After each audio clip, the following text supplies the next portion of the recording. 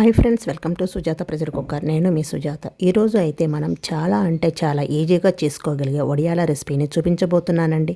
సమ్మరే కదా, ఒక పూటలోనే వడియాలు చక్కగా ఎండిపోతాయి. ఈ వడియాలు ఎండతో కూడా పని లేదండి, ఫ్యాన్ గాలికి కూడా చక్కగా ఆరిపోతాయి. వడియాలు చూడండి ఎంత చక్కగా పొంగుతున్నాయో. టేస్ట్ కూడా చాలా బాగుంటాయండి. మనం కొత్తిమీర, నువ్వులు ఇవన్నీ వేస్తున్నాము కాబట్టి వాటి వలన మంచి ఫ్లేవర్ వస్తుంది. చాలా క్రిస్పీగా ఉంటాయి.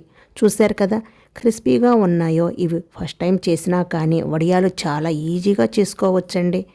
ముందైతే మనం వడియాల పిండిని తయారు చేసుకుందాం. మిక్సీ జార్లో 1 కప్పు బొంబాయి రవ్వ, సూజీ అంటారు కదండి, ఆ రవ్వ 1 కప్పు వేసుకోండి. ఏదైనా గ్లాస్ అయినా గిన్నె అయినా తీసుకోండి.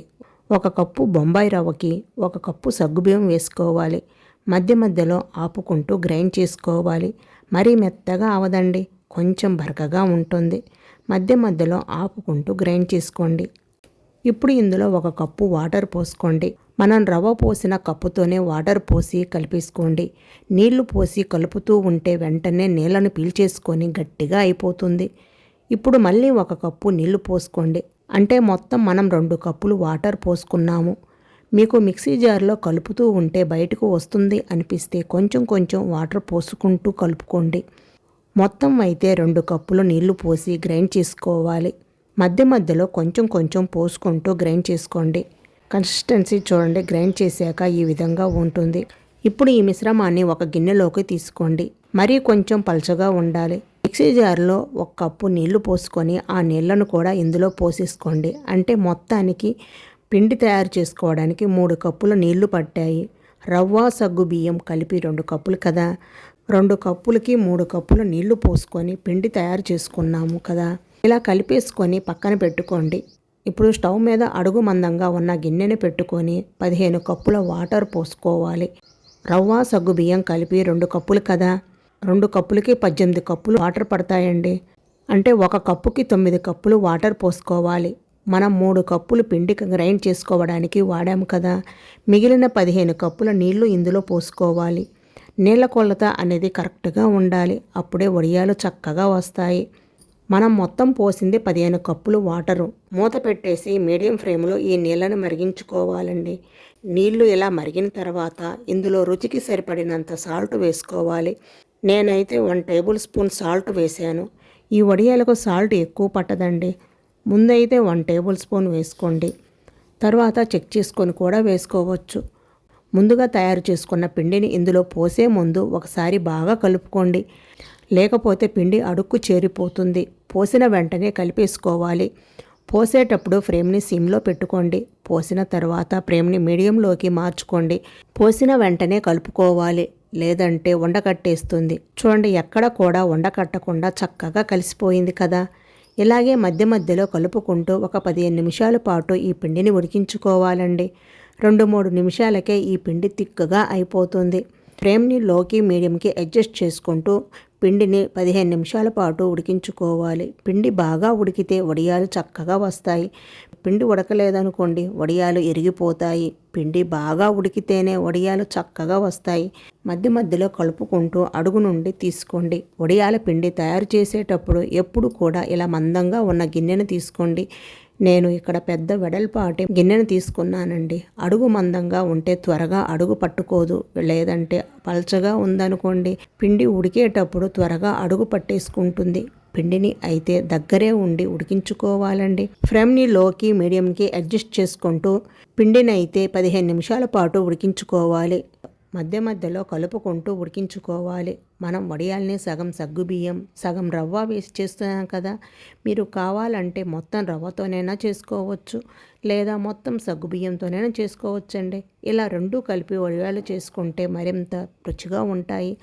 పిండి అయితే చక్కగా ఉడికిపోయింది. 15 నిమిషాల పాటు ఉడికించుకొని స్టవ్ ఆఫ్ చేసుకోవాలి. స్టవ్ ఆఫ్ చేసుకున్న తర్వాత 1 టేబుల్ స్పూన్ జీలకర్ర, 2 టేబుల్ స్పూన్లు పచ్చి నువ్వులు వేసుకోండి.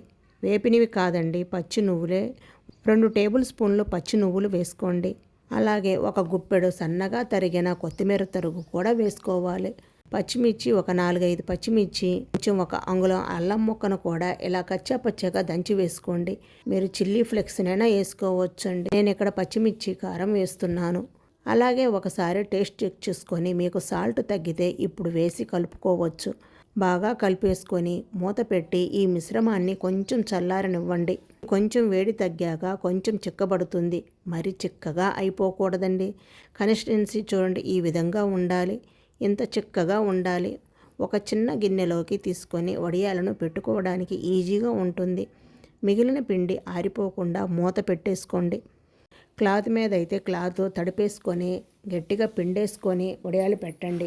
ఈ కవర్ని తడిపేసుకొని అప్పుడు ఈ వడియాలు పోసేసుకోవాలి. ఒక్కొక్క గరిటె పోసుకోవాలండి, స్ప్రెడ్ చేయవద్దు.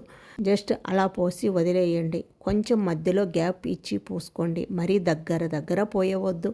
కొంచెం గ్యాప్ ఇస్తూ పోసుకోవాలి. వడియాల పిండి బాగా వేడిగా ఉన్నప్పుడు కొంచెం పలచగా ఉంటుంది. కొంచెం వేడి తగ్గిన తర్వాత చూడండి, ఈ విధంగా చక్కగా అయ్యాక వడియాలు పెట్టుకోండి. అలా అని మరీ చిక్కగా చేసుకోవద్దు. నేనైతే వడియాల్ని ఇంట్లోనే పెట్టేసుకుంటున్నానండి. మీరు ఎండలోనైనా పెట్టుకోవచ్చు. ఇంట్లో అయితే ఫ్యాన్ గాలికి ఆరిపోతాయి.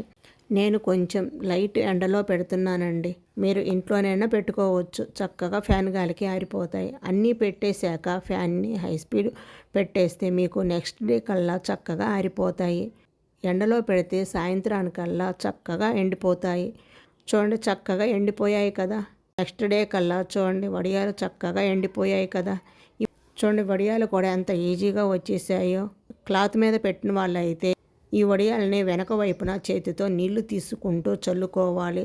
ఇలా నీళ్ళతో తడుపుకున్నామంటే వడియాలు ఈజీగా వచ్చేస్తాయండి. నీళ్లు చల్లాక ఒక 2-3 నిమిషాల పాటు కొంచెం సేపు నాననివ్వండి. నానితే మనకి వడియాలు ఈజీగా ఇరిగిపోకుండా చక్కగా వస్తాయి. కవర్ మీద అనుకోండి మనం ఏం చేయవసరం, వాటంతట అవే ఈజీగా వచ్చేస్తాయి. క్లాత్ మీద పెట్టినా కానీ చక్కగా వస్తాయి. ఎంత పలచగా వచ్చాయో కదా. ఇలాగే మిగిలిన వడియాలన్నీ తీసుకోవాలి. ఇలా వడియాలన్నీ తీసిన తర్వాత మళ్ళీ 2-3 రోజుల పాటు ఫ్యాన్ గాలికి కానీ ఎండలో కానీ బాగా ఎండనివ్వాలి. ఎండ ఉన్న వాళ్ళు ఎండలో పెట్టేసుకోండి. లేని వాళ్ళు ఫ్యాన్ కింద ఆరబెట్టుకోండి. ఎండలో ఎండబెట్టుకున్నామంటే ఈ వడియాలు 1 ఇయర్ పాటు నిల్వ ఉంటాయి. చూడండి ఎంత చక్కగా వచ్చాయో కదా. వడియాలు చాలా బాగా వచ్చాయి. పల్చగా, కలర్గా, టేస్ట్ కూడా చాలా బాగుంటాయండి. ఒక్కసారి మనం వేయించి చూద్దాం. నూనె బాగా కాగిన తర్వాతనే వేసుకోండి. అప్పుడే వడియాలు బాగా పొంగుతాయి. చక్కగా పొంగుతాయి కదా. రవ్వ, సగ్గుబియ్యం 2 వేసాము కదా, చాలా బాగా పొంగుతాయి. ఈ వడియాలు టేస్ట్ కూడా చాలా బాగుంటాయండి. కొత్తిమీర ఫ్లేవర్ తోటి చాలా రుచిగా ఉంటాయి. మరి ఇంకెందుకు ఆలస్యం, ఒక్కసారి ఈ రవ్వ సగ్గుబియ్యం వడియాలను మీరు కూడా తప్పకుండా ట్రై చేయండి. ట్రై చేసే టేస్ట్ మీకు ఎలా అనిపించిందో కామెంట్ రూపంలో తెలియచేయండి. ఓకే ఫ్రెండ్స్, ఈ వీడియో కనుక మీకు నచ్చినట్లయితే లైక్ చేసి మీ ఫ్రెండ్స్ అండ్ ఫ్యామిలీ మెంబర్స్కి షేర్ చేయండి. అలాగే మరిన్ని లేటెస్ట్ వీడియోల కోసం సుజాత ప్రెజర్ కుక్కర్ని తప్పకుండా సబ్స్క్రైబ్ చేసుకోండి. Thank you for watching.